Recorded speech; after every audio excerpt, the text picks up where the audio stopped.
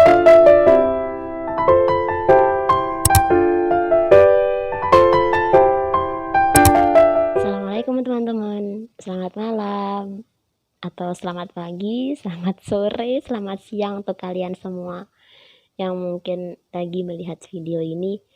Ya, dari video ini nanti kalau ada manfaatnya silahkan ambil, kalau nggak ada ya skip aja. Oke, aku mau cerita aja sih. Tadi, oh iya, ini aku lagi di Ponorogo, lagi di kos, karena besok mau ke kampus insya Allah. Dan aku di kos masih sendiri ya. Soalnya temanku yang satu kamar belum datang. Rencananya tadi dia mau nyusul sore dan ini udah maghrib ya, setelah maghrib lah. Kemungkinan sih dia di jalan ini, soalnya diantar. Tadi sempat WA bilang kalau dia diantar gitu. Jadi kemungkinan besar pulangnya nanti bareng aku. Nah, aku sampai Ponorogo tadi siang jam 10 kalau nggak salah. Habis itu aku ikut acara bareng ibu-ibu pecinta Quran. Rasanya tuh kalau ikut kajian, kumpul bareng ibu-ibu, bareng simbah-simbah yang usianya tuh udah tua ya. Rasanya tuh kalau diriku pribadi malu. Malu kalau semangatku itu kalah dengan semangatnya orang yang lebih tua. Kok bisa ya orang yang lebih tua tuh semangat banget ketika datang ke kajian dalam mengkaji Islam, sementara aku kok masih kurang semangat gitu loh. Pernah aku ketemu dengan orang di suatu pengajian ya, yang salah satu jamaahnya itu isinya ada nenek-nenek yang kalau jalan aja harus pakai tongkat, bahkan didampingi oleh anak-anaknya, bukan anak-anaknya sih, anaknya, satu orang anaknya gitu. Semangatnya itu loh ke masjid meskipun jalannya itu udah nggak bisa jalan sendiri gitu loh, masih harus pakai alat bantu tongkat dan didampingi anaknya, tapi semangatnya masya Allah gitu teman-teman. Dan tadi sih acaranya cuma sebentar. Setelah acara bareng ibu-ibu pecinta Quran, aku sempat mampir ke rumah temanku ya, sekedar bincang-bincang saja, dan setelah itu kembali ke kos ini gitu. Tadi lama tidak berjumpa dengan teman kajian, tiba-tiba tidak ada suara apa-apa, dia langsung menyebar undangan guys. Ini teman kajian dapat undangan. Wow, tadi itu gini dia, Dek, Mbak mau ngasih sesuatu. Aku kaget, apa Mbak gitu tuh. Dia ngasih ini, wah masya Allah, ikut bahagia sih kalau temen udah ketemu jodohnya, menyempurnakan separuh agamanya, rasanya tuh masya Allah seneng banget. Undangan guys, dan kita buka ya.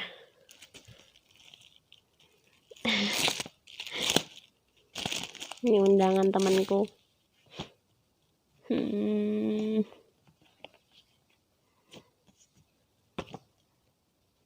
Yang lebih aku merasa gimana ya, yang aku merasa masya Allah banget, terkagum-kagum itu di undangan ini tuh disertai dengan pemberitahuan kayak gini. Tanpa mengurangi rasa hormat, kami sampaikan hal-hal yang menjadi harapan kita bersama selama prosesi akad dan walimatul urs. Nah, yang pertama itu diberitahukan tamu ikhwan dan tamu akhwat itu posisinya dipisah. Jadi tidak ada campur baur gitu. Gak ada campur baur. Kemudian ada juga tamu ikhwan atau tamu yang laki-laki hanya boleh berfoto dengan mempelai laki-laki. Dan tamu yang akhwat, tamu yang perempuan, berfoto dengan mempelai perempuan. Masya Allah banget. Kemudian yang ketiga, untuk tamu muslimah diharapkan mengenakan busana yang menutup aurat syar'i begitu. Kemudian di sini juga tamu undangan diharapkan untuk berkenan menggunakan silent mode pada HP. Jadi HP-nya didiam gitu, guys. Masya Allah banget sih. Kalau aku sih melihat ya entah aku yang, tapi jujur aku pertama kali sih melihat undang yang kayak gini. Undangan pertama kali dapat undangan yang ya kayak gini gitu loh. Sebelumnya belum pernah. Ya entah aku yang norak atau gimana, mungkin teman-teman udah pernah mendapatkan undangan seperti itu, tapi kalau aku pribadi baru pertama kali ini dapat undangan yang kayak gini. Untuk sahabatku, selamat telah menemukan jodohnya. Semoga itu yang terbaik dari Allah, pastilah. Itu insya Allah yang terbaik dari Allah untuk kamu. Selamat untuk Mbak. Semoga menjadi keluarga yang sakinah, mawaddah, dan warohmah. Seperti harapannya di sini disampaikan, dalam rangka menyempurnakan separuh agama dan menguatkan pergerakan dakwah Islam, kami memohon doa restu agar dapat bersatu dalam ikatan yang halal untuk melahirkan generasi penakluk perjuangan dan pembentuk peradaban. Amin. Semoga terwujud apa yang diharapkan, apa yang diinginkan. Amin. Gitu. Dan tadi si Andi. Ini tadi dikasih waktu acara kajian. Jadi kajian tadi itu bukan hanya ibu-ibu, ada juga yang mbak-mbak gitu. Setelah itu tadi kan aku ke rumah temanku, kebetulan sekalian ngambil buku sih. Sekalian ngambil buku ini. Buku Ta'lim Muta'alim, yaitu pentingnya adab sebelum ilmu. Ceritanya tuh gini, temanku WA, katanya dia tuh beli buku, nawarin aku mau ikut bareng apa enggak. Dan ya kita semua tahu lah, adab itu di atasnya ilmu. Jadi ketika kita tidak merasa paling benar sendiri gitu loh, perlu belajar tentang adab. Nih, temanku itu, aku lagi-lagi merasa kagum sama temanku itu punya pemikiran menyisihkan uang 1 bulan itu paling tidak untuk membeli buku. Jadi setiap sebulan sekali punya target, punya agenda beli buku sebulan sekali gitu. Dan mungkin ini sih bulan ini ini ya kan barengan juga sih, beliau beli dan aku juga beli. Nih, Ta'lim Muta'alim, pentingnya adab sebelum ilmu. Itu guys. Gitu. Ingat banget sih pesan temanku itu tadi. Katanya kalau ada uang,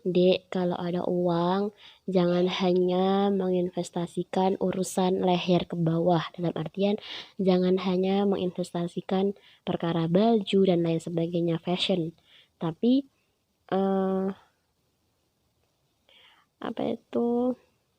menginvestasikan urusan leher ke atas.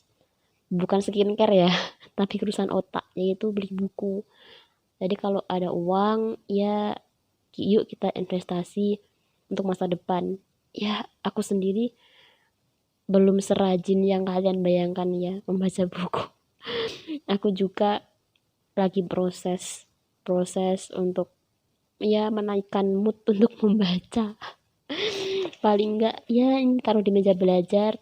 Oh, aku masih punya buku ini tanggungan belum aku baca gitu guys. Ada beberapa sih yang harus aku baca. Kalau kalian gimana sih, suka baca buku yang seperti apa? Kalau aku tuh suka baca buku yang gimana ya, yang ilmu itu aku butuhkan gitu loh. Misalnya saat ini aku remaja, berarti belajar tentang remaja itu loh. Gimana sih ini yang aku hadapkan saat ini, yang aku hadapi saat ini, ya aku butuh ilmu yang aku hadapi saat ini. Kayak misalnya ini kan usia remaja, kayak anak untuk menghormati orang tua. Nah, aku mempelajari hal seperti itu gitu. Kalau kalian gimana? Suka yang gimana? Nah, ini bagus sih. Pentingnya adab sebelum ilmu.